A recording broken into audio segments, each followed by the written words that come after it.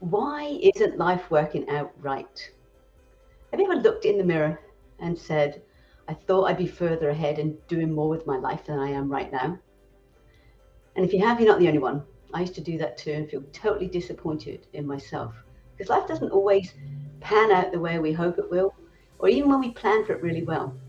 But that can either unravel and destroy you or give you more tools to add to your resilience and resources armory, which reminds me of a lobster story, but I'll share that a bit later. So this is the first time you're joining me. Welcome to Morning Mindset. This is the second week of our 5-week series on living life by your design. And this week is evaluation week. And today is about why things are not working out and putting your life under that proverbial microscope so you can replace what isn't working well with how you wish it would, and for something better that will work how you really want it to. So let me ask you, have you ever felt that no matter what you do or how hard you try, nothing seems to work out right? And then you end up then feeling frustrated and snappy or downbeat and even lost because of it, and because of not knowing what to do next. You just give up and don't do anything instead and go and find something else to distract yourself with. And if you have, that's okay too. It's not a real problem. We've all been there at some point. It only becomes a real problem when you stay there, when you just live there, accepting that things are as they are and existing in lack. And it's like, oh, well, just the way I am, just the way it is. And you end up living this life of mediocrity instead of a life of abundance and living a life that's worth remembering. So I want you to ask yourself, am I living a life that's worth remembering? Remember yesterday, or if you were here yesterday, we talked about being truly happy as opposed to just settling. And I touched on what's working and what wasn't working. And today I want us to go a little bit deeper and understand why. I want you to understand why it's not working, or at least why you think it's not working. How you really not working how you really want it to. Yeah. And there's a big question. I've got a couple of big questions today. Like, first, I want you to reflect on the role that you're playing in any of that. And that's a big question, and it's a tough one because it requires you to be brutally honest. Like, how are you or your behavior exacerbating the problem that's causing your life not to work out the way you want it to? Yeah, ask yourself that. It's a big question. And we can justify our behaviors, but I don't want you to justify. I want you to really reflect on, how is my behavior, exacerbating the problems that I have with what's not working. So, for example, are you micromanaging, obsessing over details, or a modern day bossy boots and a control freak? I've been in a relationship with a partner who was a control freak. I did what I was told, when I was told, and how I was told to do it. But I've also been in a relationship where I was the one doing all of that controlling, micromanaging everything, manipulating things to get what I wanted, and letting my need for perfection drive everything and everyone. And neither of those ways is any good. And so this is where that need for complete honesty comes into play big time. You have to find the courage to take responsibility for what's going on around you and understand the part that you're playing in it.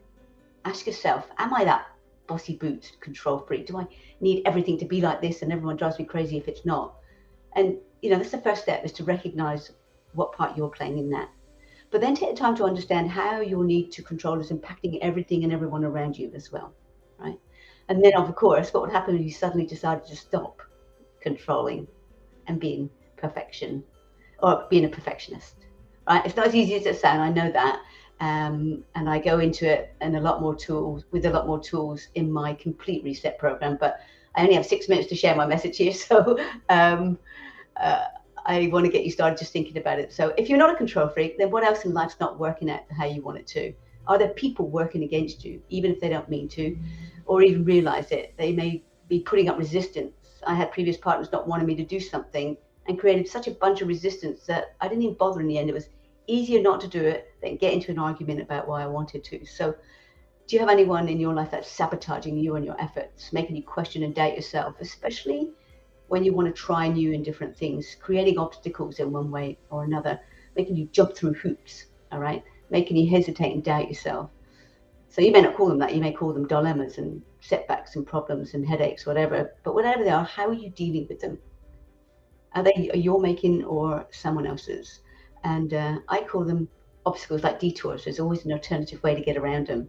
And I actually believe obstacles are a good thing. They make you think outside the box, so you have different choices, different possibilities.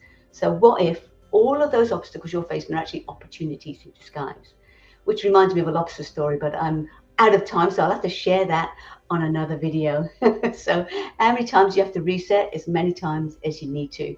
And I want to leave you today with this thought that life happens for us, not to us.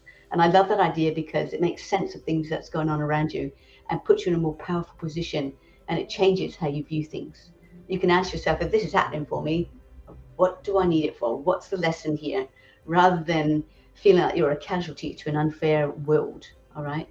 So there's always a good thing if you look for it. Right? Just dig a little bit deeper and go, after you've got past the fact that it's annoying and frustrating and whatever it is, think, all right, if I brought that into my life because I needed to grow somehow, how am I growing from that? So I want to reiterate that life happens for us, not to us. Okay, that's it for me today. So tomorrow we're going to be looking at behavior, and is your behavior self-destructive, and are you repeating patterns that just rob you of your joy? So thank you for being here. I do truly appreciate you, and I'm super grateful for your time. And if you found this helpful and motivating, I'd love you to leave some feedback in the group so I can continue to serve you in the best way possible. And if you want to help others make changes too, you can do that by sharing these mini trainings. And if you want to keep up to date with the latest trainings, be sure to join my online community. You can find me anywhere at Reset with Pamela, and subscribe, of course, to my YouTube channel. And my greatest wish for you is for you to be Mindfit, so you can live your best life and live it with passion. Reset, be authentic, and be you. Bye for now.